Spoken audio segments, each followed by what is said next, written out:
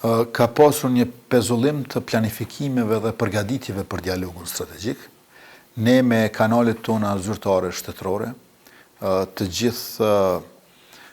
zyrtare shtetëror të cilët kanë përgjegjësi në politikën e jashtme, punojnë intensivisht. Ne jemi në komunikim të rregullt me ambasadën e Shtetit Bashkuar të Amerikës këtu në Prishtinë, në mënyrë që të gjitha ato çështje të cilat janë diskutabile t'i sqarojmë dhe në këtë mënyrë edhe në aspektin diplomatik t'i kemi marrëdhëniet e shkëlqyeshme, ashtu siç i kemi në aspektin e mbrojtjes së sigurisë, por do të thosha edhe në aspektin e zhvillimit e të energjisë, sidomos tash që u vazhdua programi kompakt nëpërmjet të cilit nga korporata e sfidës së mijëvjeçarit ne marrim $202 milion grant, jo kredi, grant, nga Shtetet e Bashkuara të Amerikës për bateri me kapacitet 170 megawatt e për 2 orë mund të akumulojnë 340 megawatt orë, meqense se energjia ripërtrishme do të vazhdojë të jetë fokusi ynë në bazë të strategjisë, 1300 megawatt shtesë deri në vitin 2031. Ne jemi për të zbatuar ato plotësisht, por ne kemi thënë që të kemi garanci juridike dhe shprehje të vullnetit të mirë duhet t'i nënshkruajmë. Kjo është refuzuar nga Serbia, ndonse Bashkimi Evropian plotësisht si ndërmjetësues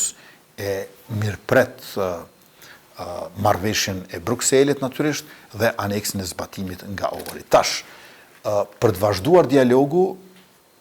ne duhet t'i zbatojmë marrëveshjet, por për të vazhduar dialogu, natyrisht, ne kemi nevojë që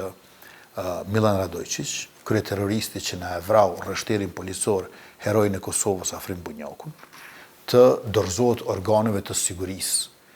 në Kosovë, meqense edhe organeve të drejtësisë, meqense ka këtë akuzë me 160 faqe nga Prokuroria Speciale, së bashku me 44 paramilitarët e tjerë të cilët deshën që në banjës të zveçanit ta filloj një konflikt të përmasave të gjëra, nga i cili ata shpresonin se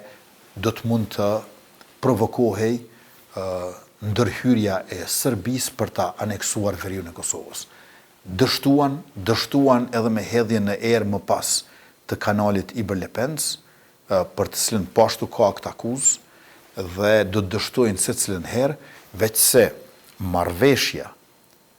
për fëqinjësi të mirë evropiane, bazuar në marrëveshjen bazë të Brukselit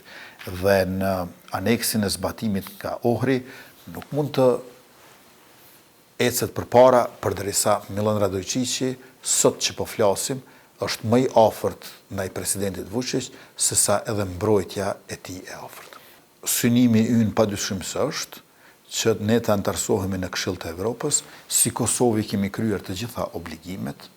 vetë fakti që me 82% në Asamblenë Parlamentare të Këshillit të Evropës ne kemi kaluar, tregon që Kosova e ka përmbushur pjesën e vet, tash kanë mbetur disa shtete skeptike të cilat e përdorin influencën e tyre, ndërka që besoj që jemi një shtet që do të ndarësohemi më parë në NATO e më pastaj edhe në Bashkimin Evropian. Krejt çka dimë mundemi do të bëjmë që të ecim sa më shpejt, por sa i përket Bashkimit Evropian, njëherë na duhet që ta marrim pyetësorin nga Komisioni Evropian, sepse ne kemi aplikuar para 3 vjetëve për antarësim, e njëkohësisht na duhet edhe statusi i vendit kandidat. Më herët ishim i vetmi vend që nuk kishte liberalizim të vizave.